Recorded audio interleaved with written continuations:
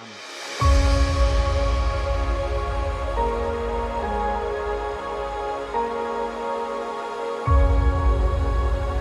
Los mandamientos del Señor. Y en Mateo 22 encontramos un resumen de la ley. Conocemos que hay 10 mandamientos, ¿cierto? Pero el Señor Jesucristo lo resumió en 2. Facilito. Amarás al Señor tu Dios con toda tu alma, con toda tu mente, con todas tus fuerzas. Y el segundo es semejante. Al prójimo como a ti mismo. ¿Cierto? Entonces, el Señor nos está diciendo todo, el no mentir, el no codiciar, el no matar, toda esa serie de leyes que nosotros encontramos en la ley moral del Señor se resumen en esos 2. En amar a Dios y amar al prójimo como me amo a mí mismo. Pero la pregunta es, ¿realmente nosotros entendemos qué es amar? ¿Será que nosotros nos amamos a nosotros de la manera como Dios quiere que nos amemos? Si deseamos obedecer ese mandamiento que nos manda el Señor de amar, claramente necesitamos entender a qué se refiere, ¿cierto? Porque vivimos en tiempos muy difíciles. De hecho, en Mateo 24, del 10 al 12, ¿qué dice el Señor?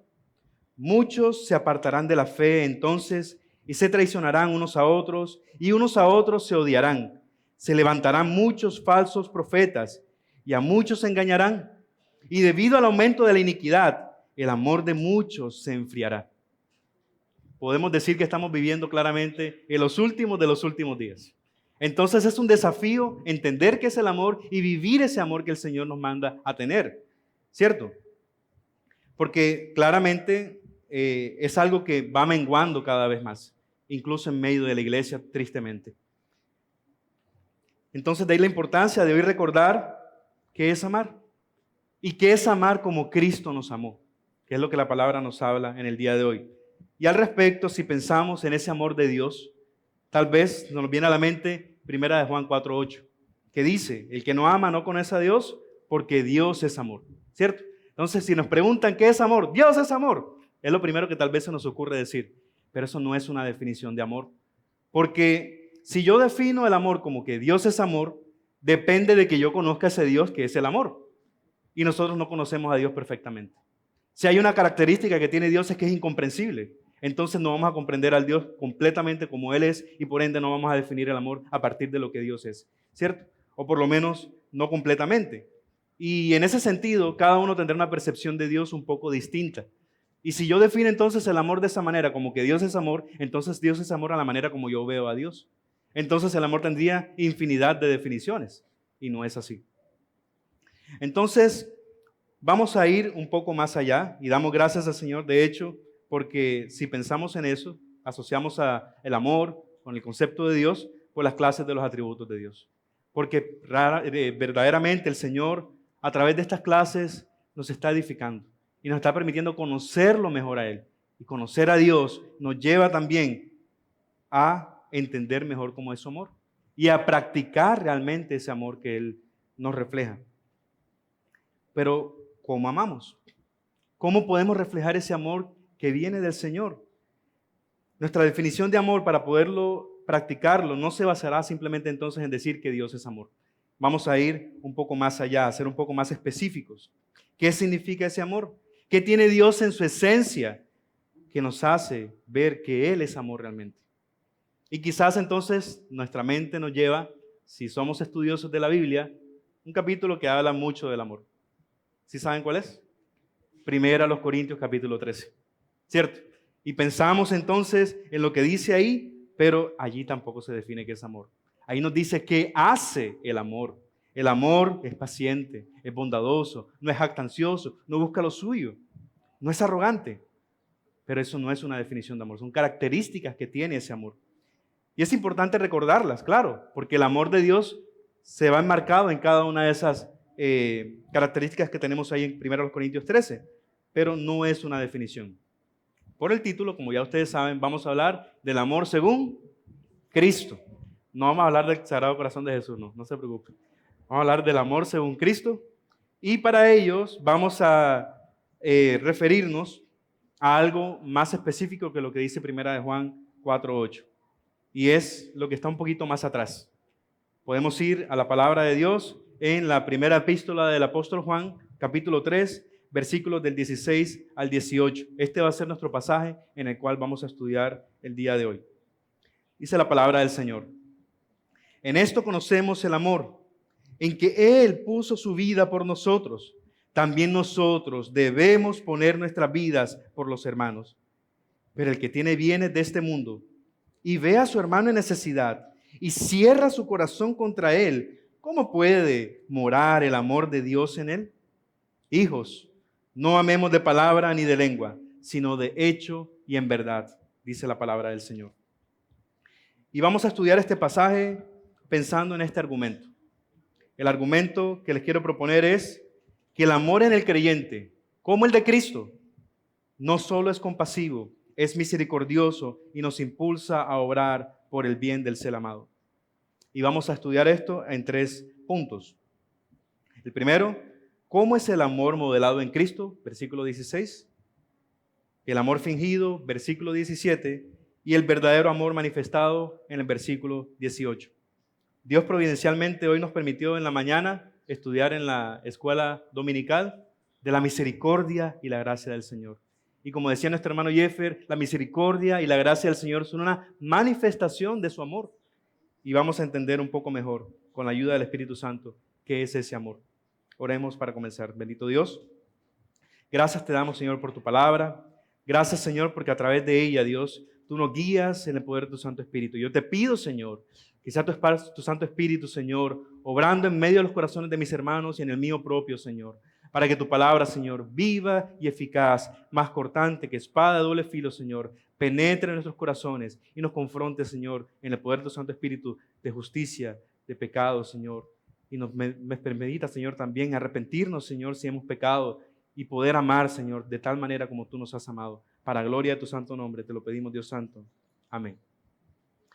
En esta primera carta, mis hermanos, que fue escrita, sorpresa, por el apóstol Juan, llamado el apóstol del amor, y se le llama el apóstol del amor porque es de quien escribió más acerca del tema en la Biblia, ¿cierto?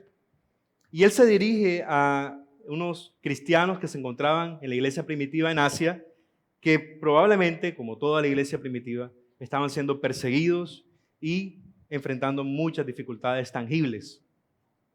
Y él les habla a través de esta carta de las marcas que tiene un verdadero creyente. Y una de las marcas que tiene un verdadero creyente es precisamente el amor. Y esto es importante para estos cristianos perseguidos, a los que el amor de Dios tal vez no les parecía tan visible en ese momento. Nosotros tal vez hemos experimentado cosas por el estilo. Cuando pasamos por enfermedades, cuando somos perseguidos, señalados, tal vez no vemos cómo Dios está amándonos, pero el amor de Dios no es condicional. El amor de Dios no depende de las circunstancias. El amor de Dios es incondicional y la mayor muestra, nos dice el pasaje, la tenemos en que Cristo se entregó por nosotros. Y eso era importante para ellos recordarlo. Recordar que en medio de la persecución y las dificultades, Dios ya les había amado. Necesitaban recordar la mayor muestra de amor a la humanidad y cómo esto también debía motivarles a ellos a amarse los unos a los otros. ¿No es eso igual de real y necesario para nosotros hoy? ¿No creen ustedes que es algo que también nosotros necesitamos recordar en el día de hoy? Más en un mundo en que vivimos rodeados tanto de esa idea de que lo importante soy yo, de que debo centrarme en mi beneficio, en mi comodidad y que yo soy el único que importa. Entonces, recordar esta realidad de que primero Cristo nos amó y que eso nos debe motivar a amarnos solos a nosotros es tan vigente para ellos como para nosotros en el día de hoy. A veces olvidamos del que está al lado mío, olvidamos de su necesidad física o espiritual. Hay veces la necesidad espiritual es mucho más grave que la física. Porque por lo menos si yo confío en el Señor, yo sé que en medio de la privación, de la escasez, el Señor está orando y tiene un propósito. Juan les invita entonces a ellos a quitar los ojos de sí mismos y a fijarlos en el otro. ¿Por qué? Porque Cristo se despojó de todo para bendecirnos con su vida, con su muerte y su resurrección. Y esta misma invitación nos hace el Señor a nosotros hoy. Y es interesante que el apóstol, antes de hablar de el amor, en el pasaje anterior, hace una exhortación contra el odio y los celos. Y toma el ejemplo de Caín. Dice el versículo 12, No como Caín, que era del maligno, y tomó a su hermano. ¿Y por qué causa lo mató? Porque sus obras eran malas y las de su hermano justas. Y entonces hace una advertencia fuerte al llegar un poco antes del versículo 16. Dice la primera parte del versículo 15. Todo el que aborrece a su hermano es un asesino. Porque quien mata a su hermano en su corazón es como si lo hubiese hecho físicamente. Quien codicia a la mujer ajena en su corazón es como si se hubiese acostado con ella. Eso no es lo que dijo el Señor Jesucristo en Mateo 5. Hablando sobre la ira y el adulterio, del versículo 25 en adelante, el Señor habla sobre esto. Y en el respecto de esto quisiera hacer un apunte. Muchos ven al Dios del Nuevo Testamento, al Dios en el que estamos conociendo, o en el cual nos movemos hoy porque estamos en los tiempos después de Cristo, como un Dios más laxo, un Dios que es tolerante con mi pecado. Y como si el Dios del Antiguo Testamento fuera más rígido, más fuerte. Pero realmente, si vemos a la luz de las Escrituras, Cristo coloca un estándar más alto con respecto a la santidad. Porque para el judío era suficiente con que no lo cogieran en el acto. Podía acostarse con Raimundo y todo el mundo después de que no lo vieran, no pequé. Eso era lo que había en su corazón. Pero Cristo, ¿qué dice? Tú puedes no haberte acostado con nadie, pero solamente con que desees en tu corazón, con que codicies en tu corazón a la mujer ajena, ya has cometido adulterio. Si le dices tonto a tu hermano, ya lo has matado. Entonces el estándar de Cristo no es menor que el que nos muestra Dios en el Antiguo Testamento. Porque Dios es inmutable. Y si Dios no cambia, no hay diferencia entre el Dios del Antiguo Testamento y el Dios del Nuevo Testamento. Las cosas invisibles se hacen notorias a través de lo visible también. Y el apóstol nos muestra que el amor de Dios nos fue manifestado a través de Cristo Jesús. En esto conocemos el amor. ¿En qué? En que Él se entregó por nosotros. Y es un amor que no solo nos motivará a movernos, sino que, como continúa el apóstol después del pasaje, a tener confianza en Dios y en que nuestras oraciones son escuchadas según su voluntad. ¿Qué sucede, mis hermanos? Vamos a colocar un ejemplo un poco práctico acá. Cuando nosotros le damos órdenes a nuestros hijos y ellos no saben qué le dijimos. Entonces les damos órdenes complejas que tal vez no están al alcance de ellos. O son sencillas, pero no escucharon, no prestaron atención, no entendieron. ¿Qué esperamos que suceda en ese momento? Que desobedezcan. ¿Cierto? Lo más probable es que desobedezcan. Y digamos que para quitarnos una excusa más, el Señor hoy nos habla de qué es el amor. Porque si a veces entendiendo sus mandatos, yo creo que aquí nadie necesita que le expliquen qué significa no mentir. O alguien necesita decir aquí qué es una mentira, ¿no? Eso lo tenemos clarito desde bebés, ¿sí o no? Y aún así no mentimos. Entonces yo entiendo los mandatos y desobedezco. Ahora, ¿cuánto más no si yo no lo entiendo? Si no sé realmente cómo es amar a mi prójimo. Si no sé cómo es amar como Cristo me amó. Entonces digamos que el Señor hoy nos propone un entendimiento más profundo de su amor para que quitemos esa excusa y sepamos qué es amar como Cristo nos amó y lo practiquemos, porque no debemos ser oidores olvidadizos, sino poner en práctica la palabra que el Señor nos da. Y hay una tragedia en nuestro idioma, mis hermanos, o digamos también una limitación que se ha convertido en una tragedia. Y es que en nuestros idiomas occidentales, el español incluido, a todo se le llama amor. ¿Cierto? Si observamos el concepto que se enseña en el mundo, lo que escuchamos en las canciones o vemos en las películas, ahí el amor es definido como ¿qué? Como un sentimiento. Entonces, en ese sentido, cuando yo no siento las mariposas en el estómago, cuando ya no siento la emoción que sentía por mi esposa en el noviazgo, o cuando las circunstancias se vuelven difíciles, según esa definición, yo podría decir que el amor se acabó. Cuando no recibo lo que quiero o me siento insatisfecho, diría, ya no tengo amor. Y como decía una canción por ahí, debes buscarte un nuevo amor, ¿cierto? Pero para quienes tienen esta concepción, mis hermanos, recuerden que si el amor fuera un sentimiento, Dios no nos pondría a ordenar a que amáramos, porque nuestros sentimientos no gobernamos sobre ellos. Son emociones. Es como el gusto. El gusto es un sentimiento. Y en esto yo debo confesarme. A mí no me gusta el cilantro. Algunos hermanos saben, a mí no me gusta el cilantro. Yo no voy a cambiar mis emociones o mis gustos así simplemente por la voluntad. Es decir, hay cosas que a uno le gustan y hay cosas que a uno no le gustan. ¿Cierto? Pero el amor no es un gusto, no es una emoción, no es un sentimiento. Es una decisión. Y por eso Dios, como es el ejercicio de nuestra voluntad, puede gobernar sobre ellos y puede mandarnos a amar. Si fuera un gusto, si fuera una emoción, Dios no nos mandaría a amar. Porque son cosas que yo no puedo cambiar, o por lo menos no fácilmente.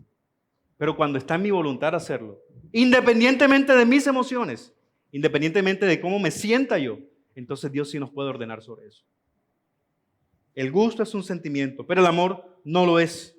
El amar depende de nuestra voluntad, es una decisión y una que de hecho no depende de quién recibe el amor, sino de quién lo da.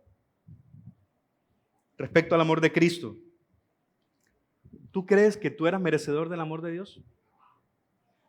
¿Qué podíamos nosotros ofrecerle al Señor para que nos amara? Lo único que le ofrecimos al Señor fue nuestro pecado. Y en eso se manifestó el amor de Dios para con nosotros, en que siendo aún pecadores, Cristo murió por nosotros. Cuando vimos en Mateo 22 y leímos que el mayor mandamiento es amar a Dios y el segundo es semejante, amar al prójimo como a mí mismo, ¿qué es este amor? No es un amor cualquiera. El Señor tuvo a bien escoger dejarnos su palabra principalmente en dos lenguas que no son como nuestras lenguas, donde a todo le llamamos amor. De hecho, en el griego hay por lo menos 10 palabras para lo que nosotros llamamos amor. Por ejemplo, encontramos eros, que se refiere al deseo erótico, filia, que se refiere a la amistad, storge, que se refiere al amor familiar, ludus, a los juegos o a la diversión, pragma, amor perseverante, filautía, la autoestima y muchas otras. Pero la palabra usada en la Biblia para referirse al amor de Dios no es eros, no es storge, no es filia, no es filautía, es ágape. Un amor desinteresado, no egoísta, que pone al otro por encima de sí mismo.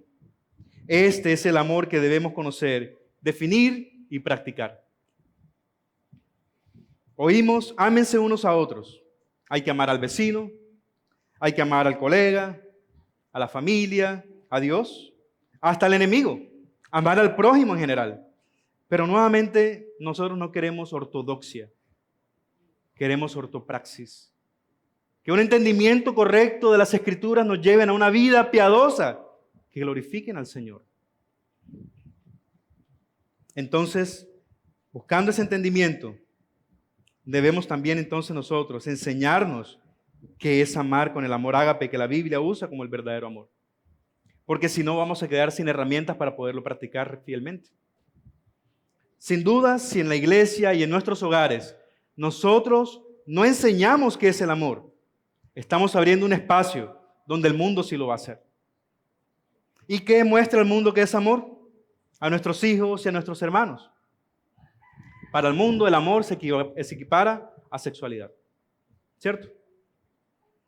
Incluso se usa un término semejante para referirse a la intimidad de la pareja, ¿cierto? Debemos equipararnos como iglesia para conocer y enseñar qué es el amor bíblico. Ese amor ágape, el amor que Dios nos da y que es un estándar para amarnos los unos a los otros. Ese amor que debemos mostrar a nuestros hijos, de tal forma que cuando ellos crezcan puedan decir si están amando y si son amados. Y ese estándar se encuentra en las Escrituras, que es nuestro manual de vida. Dice 1 de Juan, capítulo 3, versículo 16 nuevamente. En esto conocemos el amor, en que Él puso su vida por nosotros. También nosotros debemos poner nuestras vidas por los hermanos. El estándar es Cristo. Para que este amor sea un mandamiento del Señor, no puede ser una emoción. Debe ser una elección, una decisión, algo que dependa del ejercicio de nuestra voluntad. Y el amor ágape, ese amor de Dios, no es eros. De hecho, no es bíblico pensar que si tú amas a alguien, eso te autoriza para tener relaciones fuera del pacto matrimonial. Y que no es pecado. Bíblicamente, la intimidad de la pareja es tan cercana y refleja tanto la relación de Dios con su pueblo, que solo puede darse plenamente bajo el vínculo del matrimonio, donde realmente hay un compromiso verdadero frente a las personas y delante de Dios. El amor de Dios no es estorgue, no es un amor por aquellos que están en la misma familia. El amor de Dios no es filos, no es el amor que yo tengo solamente por aquellos con los cuales yo soy afín. Tenemos los mismos gustos o compartimos cosas. El amor mostrado por Cristo y que lo llevó a la cruz es el amor ágape, que no depende del ser amado, sino de la decisión incondicional de quien ama. Un amor que, como veremos más adelante, mis hermanos, al igual que Cristo, nos lleva a sacrificarnos por nuestros hermanos. Porque sí hacemos parte de una misma familia, la familia de Dios. Y sí tenemos cosas en común. Tenemos un mismo Padre y un mismo Salvador, Cristo Jesús. El amor de Cristo no es un amor egoísta. Escuchamos normalmente y varias veces, no hay amor como el amor de madre, ¿cierto? Y queridas madres, no se resientan conmigo, no estoy intentando atacarlas, pero nosotros como padres no amamos de forma desinteresada. Ningún padre, ninguna madre ama esperando que su hijo lo deje por ahí tirado y no le responda. Nosotros amamos esperando que nuestros hijos nos amen también. Entonces no es un amor altruista, es un amor que está esperando algo en retorno. Yo realmente lo que sí podría decir es no hay amor como el amor de Dios. Porque Dios nos amó cuando aún éramos pecadores y enemigos de Él. Dice Romanos 5:8. Pero Dios muestra su amor para con nosotros en que siendo aún pecadores, Cristo murió por nosotros. No fue por gusto, fue por el puro afecto de su voluntad.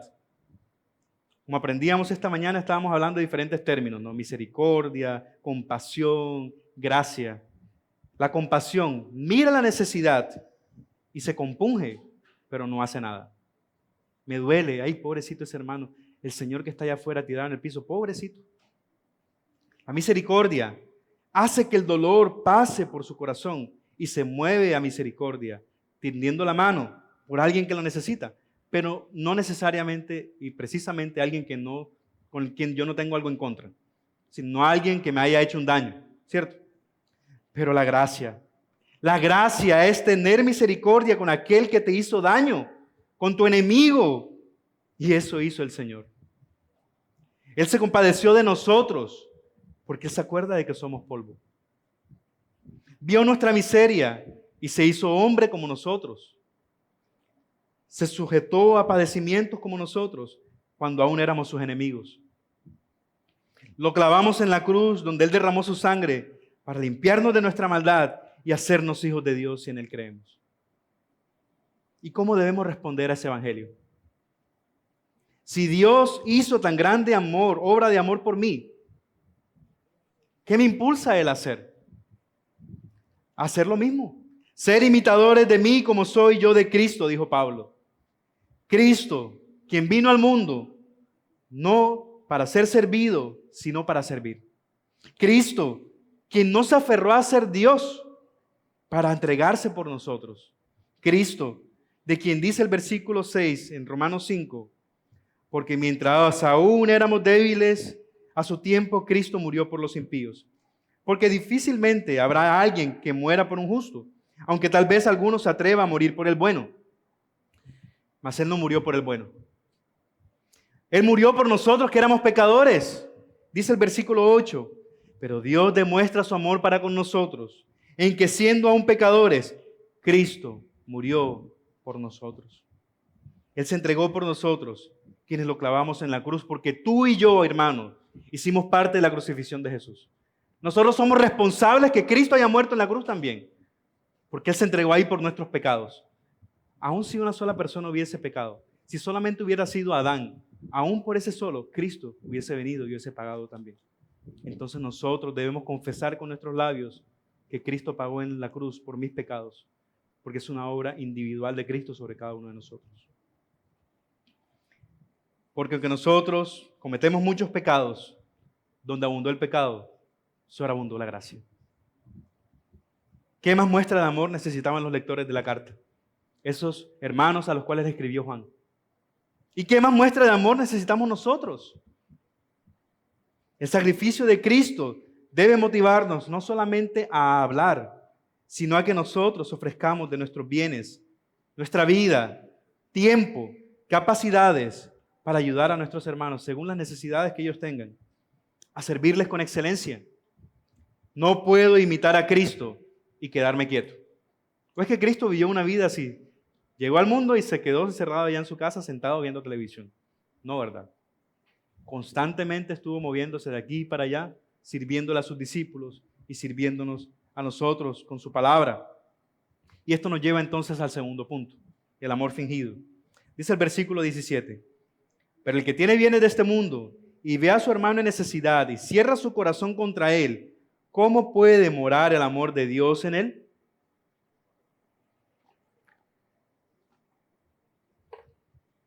Lo que es visible proviene de lo que es invisible. El amor también se hace visible porque dentro han nacido unas raíces tan profundas que lo motivan a hacer. Veamos, por ejemplo, una ilustración que quería mostrarles ahora. Miren ese árbol.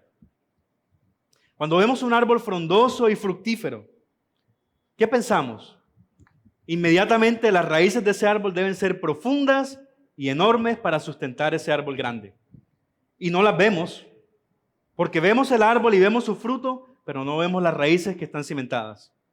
Así pasa con nosotros y nuestro amor. Así Juan nos dice que cuando el creyente es fructífero, recuerden que el amor hace parte del fruto del Espíritu Santo. Gozo, paz, paciencia, benignidad, bondad, mansedumbre, templanza, dominio propio, el amor. ¿Y qué motiva que ese amor sea manifestado? Esas raíces profundas en el amor de Cristo por nosotros. Y el entendimiento de cuán grande ese amor fue y es. Y yo quisiera también hacer una ilustración con la vida de nuestro Señor. Cuando Jesucristo curó al paralítico, nos cuenta Marcos 2. Y Él le dice, tus pecados son perdonados. ¿Qué hicieron los fariseos en ese momento? Empezaron a decir y murmurar, ¿quién es este blasfemo que perdona pecados? ¿Cierto? Si solo Dios puede perdonarlo. Pero ellos ignoraban que estaban delante de Dios, que Jesús podía perdonar pecados. Jesús no estaba mintiendo. Él podía perdonar pecados, pero Él, conociendo sus corazones, les responde algo tremendo. Dice en Marcos 2, del 8 al 12. Y esto nos impresiona. Al instante Jesús, conociendo en su espíritu que pensaban de esa manera dentro de sí mismos, les dijo, ¿por qué piensan estas cosas en sus corazones?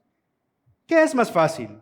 ¿Decir al paralítico, tus pecados te son perdonados? ¿O decirle, levántate, toma tu camilla y anda? Pues para que sepan que el Hijo del Hombre tiene autoridad en la tierra para perdonar pecados, dijo al paralítico, a ti te digo, levántate, toma tu camilla y vete a tu casa. ¿Y qué sucedió? Dice el versículo 12, y él se levantó y tomando al instante la camilla, salió a la vista de todos, de manera que todos estaban asombrados y glorificaban a Dios, diciendo, jamás hemos visto cosas semejantes. ¿Qué es más fácil? ¿Decirle que sus pecados son perdonados o que se levantara? Nosotros podemos estar de acuerdo y decir que ambas son difíciles. De hecho, imposibles para nosotros. ¿O es que alguno aquí tiene el poder de poder levantar a alguien de una camilla que esté paralítico? ¿O es capaz de perdonar pecados? Pero si tuviéramos que escoger entre las dos, ¿cuál preferiríamos? Tal vez, como hacen muchos engañadores por ahí, preferiríamos que fuera algo que no fuera comprobable. Porque Jesús le dijo, tus pecados son perdonados. Pero ¿y quién pudo ver que los pecados de ese hombre fueron perdonados? ¿Quién vio como el peregrino que le cayó de sus espaldas el costado de todos los pecados que cargaba? Nadie lo pudo ver. Pero Jesús hizo visible lo invisible, para que vean que el Hijo de Hombre tiene autoridad para perdonar pecados. Levántate y anda. Porque lo que es invisible es demostrado a través de lo visible. Cristo le respondió, vean, yo tengo potestad para perdonar los pecados y también para sanar. Y eso sí lo pudieron ver, ¿o no? Así como nos recordaba el hermano Giancarlo la semana pasada, Dios dijo y fue hecho. No hubiera sido Dios si Jesús le hubiese mandado, levántate y anda, y el pobre hubiese seguido paralítico. Pero Dios manda, ordena y se cumple. Él hizo visible lo invisible para que no quedara duda alguna. Y eso mismo nos hace la invitación el Espíritu Santo a través del apóstol Juan. Tú dices que amas a Dios, dices que amas a tu hermano. No solo dilo, hazlo. Santiago 2, del 15 al 17 nos dice, si un hermano o una hermana no tienen ropa y carecen de sustento diario, y uno de ustedes le dice, vayan en paz, caliéntense y sáciense, pero no le dan lo necesario para su cuerpo, ¿de qué sirve? Así la fe también por sí misma, si no tiene obras, está muerta. Somos salvos por gracia, pero la gracia que nos salva no viene sola. Somos justificados por la fe, pero la fe que justifica se manifiesta en obras que nos muestran como justos delante de los hombres. Dios no necesita nuestras obras para conocernos, porque Él conoce nuestros corazones. Pero nosotros somos justificados delante de los hombres a través de nuestras obras. Cuando hablamos justamente, porque de la abundancia del corazón hará la boca. Cuando vivimos piadosamente, porque tememos al Señor. Cuando nos compadecemos del otro, porque sabemos que es una creación de Dios, si no es un creyente, y además es hijo de Dios, si ha confesado a Cristo como su Señor y Salvador. No finjamos amor. Demostrémoslo. Cualquier otra cosa, mis hermanos, es hipocresía. El Señor no solo nos pide tener compasión, no es, ay, me duele, pero no hago nada. Nos pide misericordia. Misericordia quiero y no sacrificios, dijo el Señor. Porque Él no quiere que vivamos vidas religiosas de apariencia. Quiere vidas que reflejen a Cristo. Y Cristo no solamente vino para predicarnos de su amor. Él lo mostró entregándose en la cruz. Y esto entonces, mis hermanos, nos lleva al tercer punto. El verdadero amor manifestado. Dice el versículo 18, hijos, no amemos de palabra ni de lengua, sino de hecho y en verdad. Dice el dicho popular, las palabras se las lleva el viento. O del dicho al hecho hay mucho trecho. Más adelante el apóstol, en el versículo 20 del capítulo 4 de la misma epístola nos dice, si alguien dice yo amo a Dios, pero aborrece a su hermano, es mentiroso.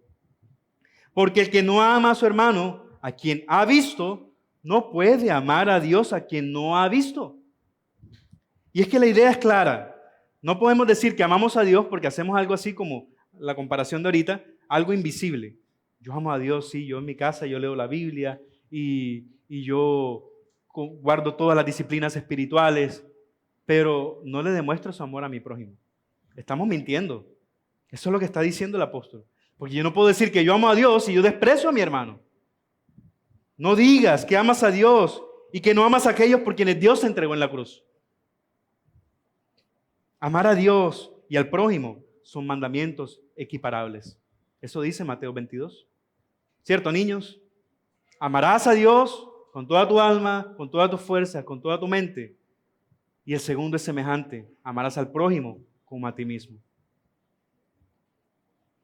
Debo cuidar del prójimo como cuidaría de mí, de mi cuerpo, de mi alma. Y para ello quisiera presentar algunos principios de cuidado. Cuando la palabra dice, ama al prójimo como a mí mismo, no nos está hablando de narcisismo ni de vanidad. Yo me amo mucho a mí mismo, es decir, yo el mejor, el excelente, el perfecto. No es ese tipo de amor que está refiriendo acá. Está hablando de cuidado. No puedes ofrecer algo que tú no tienes. Si tú no te cuidas a ti mismo, tú no podrás cuidar de nadie más. De esto habla, no de un cuidado extremo y egoísta hacia la apariencia, no es vanidad. Pero, ¿qué significa entonces amarse a sí mismo? Muchos matrimonios terminan porque los cónyuges no saben qué significa amarse a sí mismos. Y así no pueden amar al esposo, a la esposa o a los hijos. Esposas terminan siendo usadas y abusadas en nombre del amor por ignorancia. No es narcisismo. En 2 Timoteo 3:2 dice la palabra del Señor, porque los hombres serán amadores de sí mismos, avaros, jactanciosos, soberbios, blasfemos. La palabra utilizada ahí para amadores de sí mismos no es ágape. Es filautía, amor propio o autoestima. Y es un amor egoísta, donde solamente lo mío es importante. Mis deseos, mis decisiones, mis emociones, eso es lo único que me importa. Y esas son características de los hombres de los últimos tiempos, amadores de sí mismos. Sin embargo, en 1 de Juan 3, del 16 al 18, habla de ágape, un amor centrado no en mí, sino en el otro. Este amor que tiene que experimentarse primero con uno mismo antes de poder ser ofrecido a los demás. Entonces el amor al prójimo debe estar enmarcado en sustentar y proteger. ¿Cómo hacemos con nosotros mismos? Si yo me amo de verdad, debemos crecer en 4 áreas para llegar a madurar. En sabiduría, mentalmente, en estatura, físicamente, en gracia para con Dios espiritualmente y en gracia para con los hombres, relacionalmente. Tal como Cristo creció en su cuerpo, nos dice Lucas 2:52. Y Jesús crecía en sabiduría, en estatura, en gracia para con Dios y con los hombres. Si me amo bíblicamente, por decisión propia, me preocuparé por alimentarme para alcanzar la madurez en estos aspectos, mental, física, espiritual y relacional. Y esa es solamente la mitad, el alimentarnos. El amor también es sustentar, cuidar, proteger. Si me amo bíblicamente, también cuidaré de mí mismo. Me protegeré de todo lo que pueda entorpecer mi crecimiento en esas 4 áreas. Cuidaré las películas que veo o los videos. Cuidaré la música que escucho o que canto. Las personas con quienes hablo. Lo que digo, los lugares que frecuento, lo que como, lo que veo, lo que pienso. Si realmente me amo, me protegeré de todo lo que pueda dañar mi alimentación o mi crecimiento. Así yo busco amar a mi esposa, porque decidí que así como me amo, la amo a ella al procurar que crezca mental, física, espiritual y relacionalmente. Y al amarla verdaderamente con este amor que refleja el amor ágape, yo decido también protegerla de todo aquello que pueda afectar su crecimiento en cada una de esas áreas. Y así nos pide también el Señor, que nosotros nos amemos los unos a los otros. Y esto requiere un amor sacrificial. Esto requiere de tiempo, de esfuerzo. Eso no es algo que se hace fácilmente. ¿Tú piensas que el Cristo haberse entregado en la cruz fue fácil? Si fue fácil, ¿por qué le brotaba sangre cuando estaba allá en Getsemaní? El peso de todo nuestro pecado, de toda nuestra maldad estaba sobre Él. Y Él dijo, Señor, si fuera posible, pase esta copa de mí, mas no se haga mi voluntad, sino la tuya. No fue fácil, pero Él decidió hacerlo porque es un amor sacrificial. Y así nos pide Él también amar a nuestros hermanos. Como dice el pastor David Barceló, fácilmente nosotros entendemos generosidad. Yo tengo mucha agua, ¿alguien tiene sed? Le doy agua. Entendemos servicio. Tienes sed, yo no tengo sed, te busco un vaso con agua y te lo doy. Pero difícilmente entendemos sacrificio.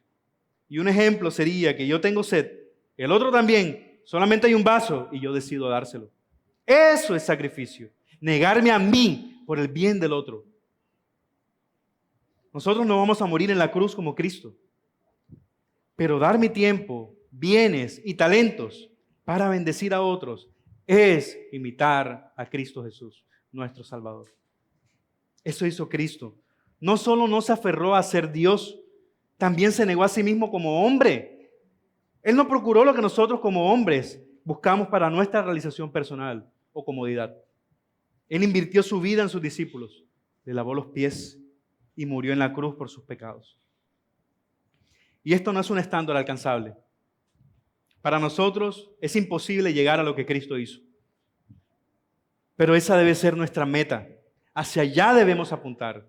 De tal manera como Cristo nos amó, yo debo buscar amar a mi prójimo, a mi hermano.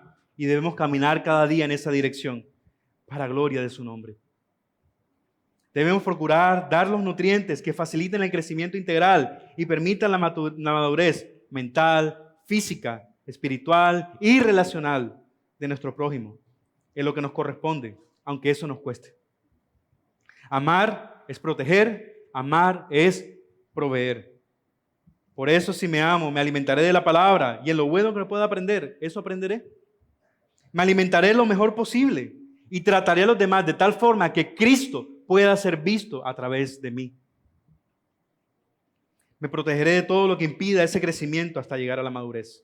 Así me dice el Señor que yo debo buscar amar a mi esposa, a mis hijas, a mis hermanos, a mis vecinos y a mi prójimo.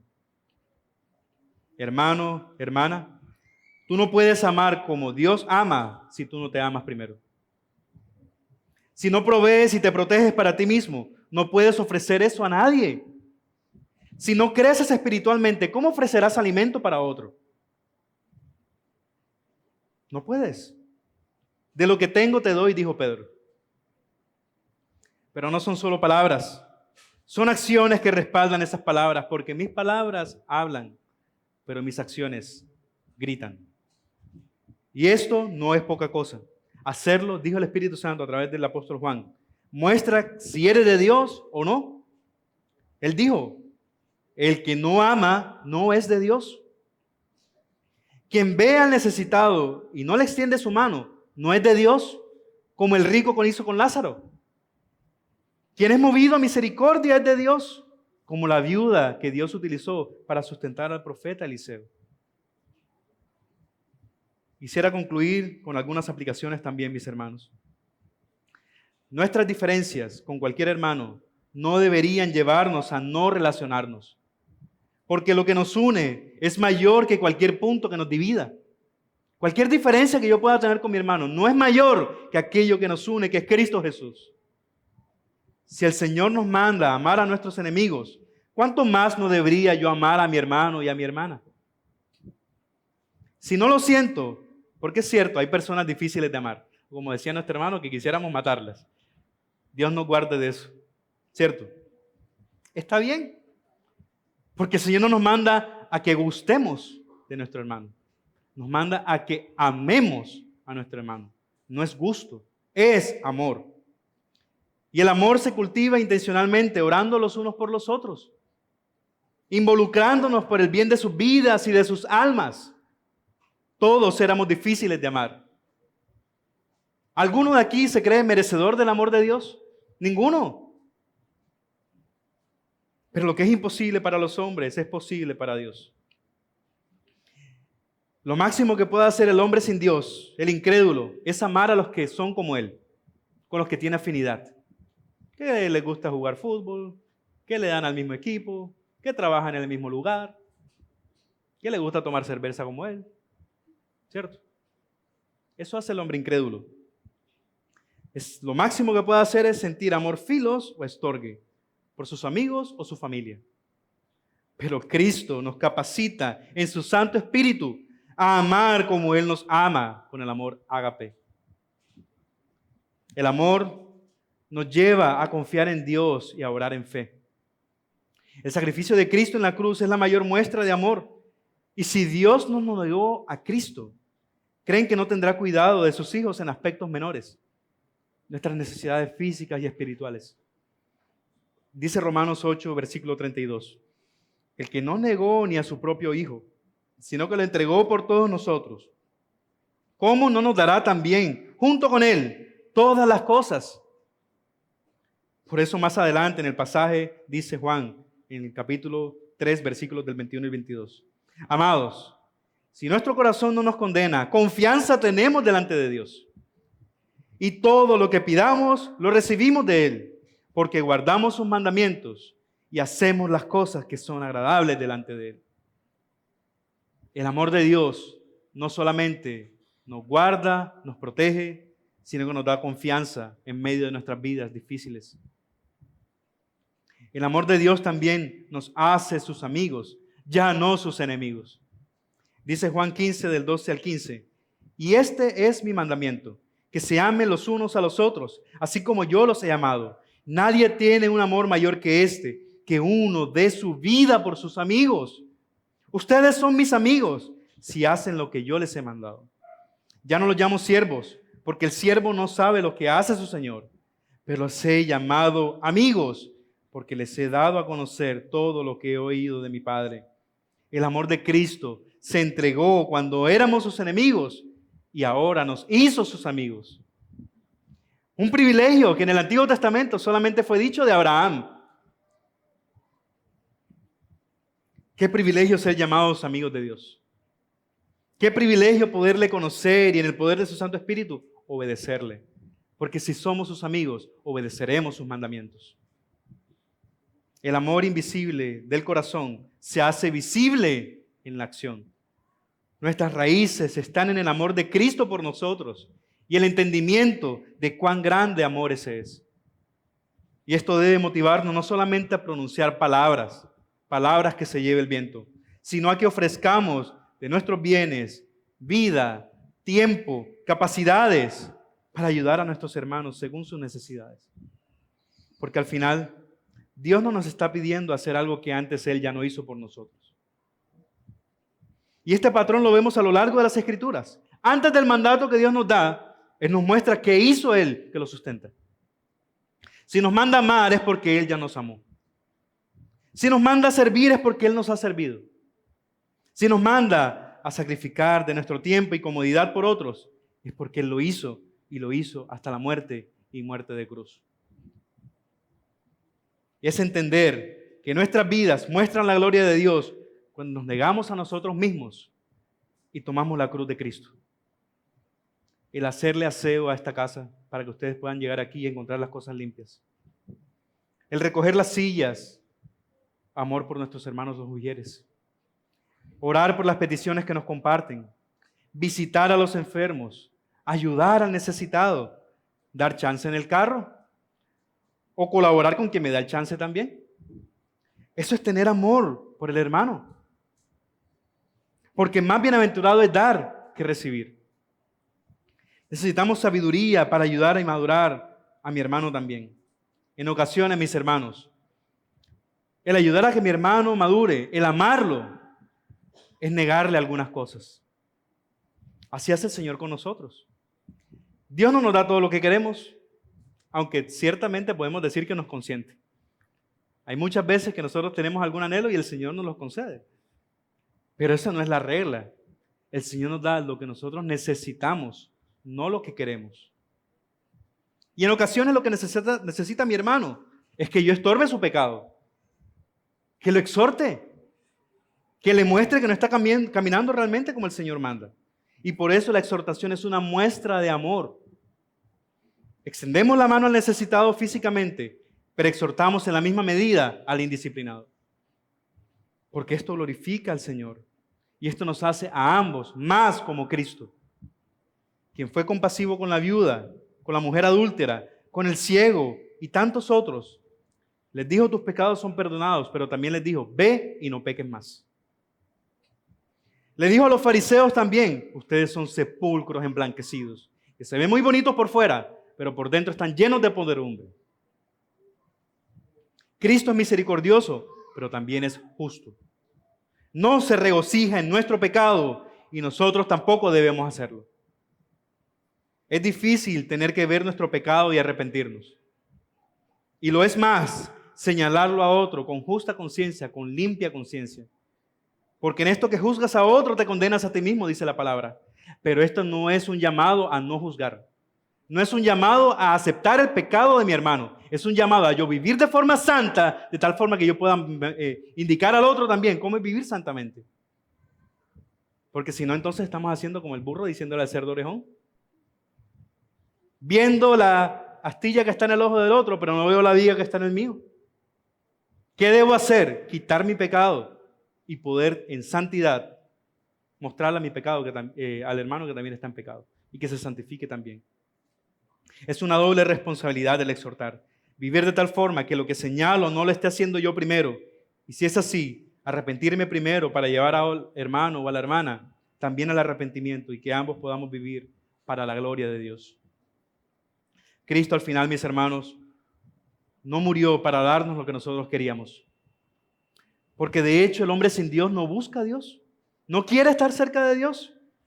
Pero lo hizo para resolver nuestro mayor problema, nuestra mayor necesidad de vivir separados de Él eternamente. Su sacrificio fue para cubrir mi necesidad, no mi deseo. Vivamos también, mis hermanos, el amor, que es el don mayor. En 1 Corintios 13 dice el versículo 12 y 13. Porque ahora vemos por un espejo, veladamente, pero entonces veremos cara a cara. Ahora conocemos en parte, pero entonces conoceré plenamente como he sido conocido. Y ahora permanecen la fe, la esperanza, el amor. Estos tres, pero el mayor de ellos es el amor. El don mayor es el amor, un amor sacrificial como el de Cristo. Dice Juan 3:16, porque de tal manera amó Dios al mundo que envió a su Hijo unigénito para que todo aquel que en él cree no perezca, mas tenga vida eterna. La numeración bíblica no fue inspirada. Inspirada la palabra de Dios. Después se hizo la separación en capítulos y en versículos. Pero en la providencia del Señor, Él permitió que ambos textos, el Evangelio de Juan y la primera carta del apóstol Juan, compartieran en esta sección capítulo y versículo.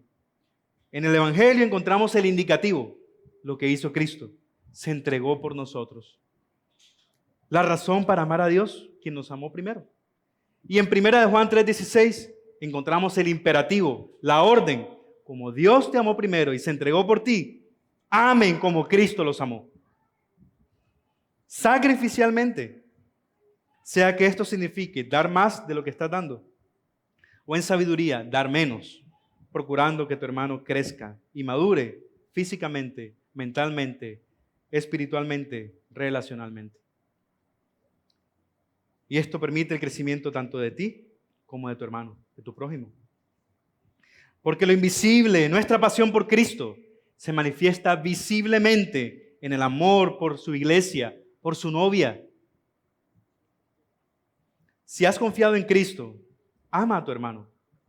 Y si aún no has confiado en el Señor, ven a los pies del que te ama con profundo amor. Acepta su sacrificio y haz parte de la familia de Dios para que seas amado por tus hermanos y puedas amarles ambos como Cristo ya les amó. En Mateo 25, el Señor habla del juicio final y dice que llegarán unos a la izquierda y otros a la derecha. Y los que están a su derecha, el Señor dirá, dice el versículo 34, entonces el rey dirá a los que están a su derecha, vengan benditos de mi Padre, hereden el reino preparado para ustedes desde la fundación del mundo, porque tuve hambre y me diste de comer, tuve sed y me dieron de beber, fui extranjero y me recibieron, estaba desnudo y me vistieron, enfermo y me visitaron, en la cárcel y vinieron a mí. Y ellos responderán, ¿cuándo hicimos eso? Y el Señor les dirá, cuando le hicieron a uno de los pequeños míos, me lo hicieron a mí. Porque Cristo se identifica con su iglesia. Pero también dirá a los que están a su izquierda, apártense de mí, malditos, al fuego eterno, que ha sido preparado para el diablo y sus ángeles, porque tuve hambre y ustedes no me dieron de comer. Tuve sed y no me dieron de beber. Fui extranjero y no me recibieron. Estaba desnudo y no me vistieron. Enfermo y en la cárcel y no me visitaron. ¿Cuándo no lo hicimos a ti, Señor? Cuando no lo hicieron a uno de los pequeñitos míos, no me lo hicieron a mí. El amor por Cristo se ve manifestado por el amor por mi hermano, por el amor al prójimo. Hay una alabanza que compuso nuestro hermano Roberto que ilustra ese amor de Cristo. Y cómo nosotros no la merecemos. Por eso el tenerlo es una muestra de gracia. Nosotros no merecíamos el amor de Dios. Jesús tomó mi lugar en la cruz. Porque aunque Dios no toma por inocente al culpable, Él tomó por culpable al inocente para hacernos justicia de Dios en Él. Y en esa obra perfecta en la cruz conocemos el perfecto amor de Dios que nos lleva a que vivamos como Cristo vivió, que Cristo se ha manifestado en mi vida. Oremos y luego terminemos entonando esa alabanza, mis hermanos. Bendito Padre, gracias te damos, Señor, por hablarnos a través de tu palabra, Señor, por recordarnos, Señor, porque ha sido tu palabra hoy, Señor, hablándonos de misericordia, hablándonos de amor, Señor. Y no es casualidad, Señor, porque tu Espíritu, Señor, habla a nosotros como tú quieres. Y yo te pido, Señor, que en el poder de tu Espíritu tú apliques esta palabra en nuestros corazones, para que en esta iglesia local, Señor, sea manifestado tu amor, Señor, ese amor que viene del amor que tú tuviste por nosotros al entregarte en la cruz. Que podamos nosotros, Señor, también amar sacrificialmente a nuestros hermanos, ver su necesidad física o espiritual y obrar conforme a esta necesidad, Señor. Para que tu nombre sea exaltado, Señor, en medio de nosotros. Porque tú dijiste, Señor, que en esto conocerán que son mis discípulos, que nos amemos los unos a los otros. Permítenos amarnos, Señor, unos a otros, como tú nos amaste, por amor de tu nombre, para gloria tuya, Señor, en el nombre de Cristo Jesús. Amén. Dios le bendiga.